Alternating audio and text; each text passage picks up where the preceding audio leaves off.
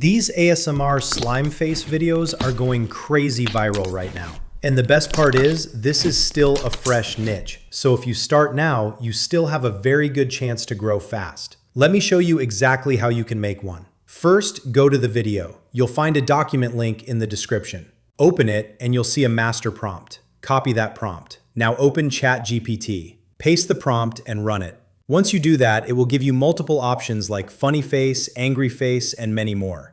It will also ask if you want to use a reference image. If you already have one, you can upload it, but for this example, just type a face and choose no reference image. Now run it again. Within seconds, ChatGPT will generate an image prompt and a video prompt. First, copy the image prompt.